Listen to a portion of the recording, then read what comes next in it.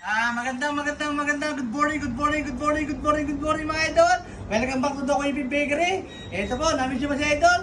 Inaanyahan po namin kayo mga idol, napuntahan niyo po ang aming bakery.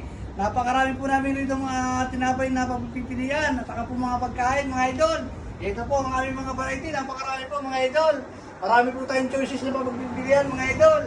Ito po, at saka po itong ating mga pagkain, napakarami po namin mga pagkain dito. Narito na po lahat ng klase mga idol. Ayan po, talaga pong mamimili po kayo mga idol. Ayan po, ito po, may mga pangulam din po kami. May mga minatamis. At saka po, meron din po kami yung biskuit.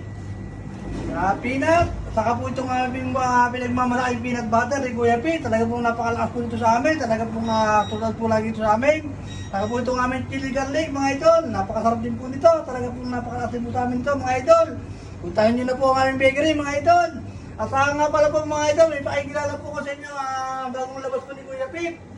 Ito, dalawang pong klase mga idol. Ito po ang dalawang klaseng pinagmamalaki ni Kuya Pip bago pong labas. Ito po ang aming chicken embutido. Napakalaki naman po, talaga pong try nyo po. At hindi po kami mapapaya sa inyo mga idol, napakasarap po nito. Talaga pong pag kayo po ay nagmamadali at nagugutom po kayo. Paeditin nyo lang po yun, baka kaya na po kayo ng masarap mga idol. At saka nga pala po itong aming Graham Bar. Ito po, napakasarap din po nito, bagong labas din po ni Kuya Pip. Tatlong flavor po ito mga idol. Mango, ube, at saka cookies and cream mga idol. Try niyo po. At talaga po hindi po kami mapapaya sa inyo mga idol. Napakasarap po nito mga idol. Kaya inaanyahan po namin kayo mga idol na isitahin niyo po ang aming bakery. Maraming pong salamat sa aming mga followers na wala pong sawang pagtangkilik sa aming mga tinapay, sa aming mga pagkain. At saka po sa aming mga suki, saka po sa aming mga nun. Maraming pong salamat. Nakakataba po ng puso, mga pag-uuri po sa aming mga tinapay, sa aming mga pagkain. Saka nga pala po yung mga feedback po yung sa aming pandesal. Maraming pong salamat din. Wala po sawang pag-uuri po sa aming pandesal.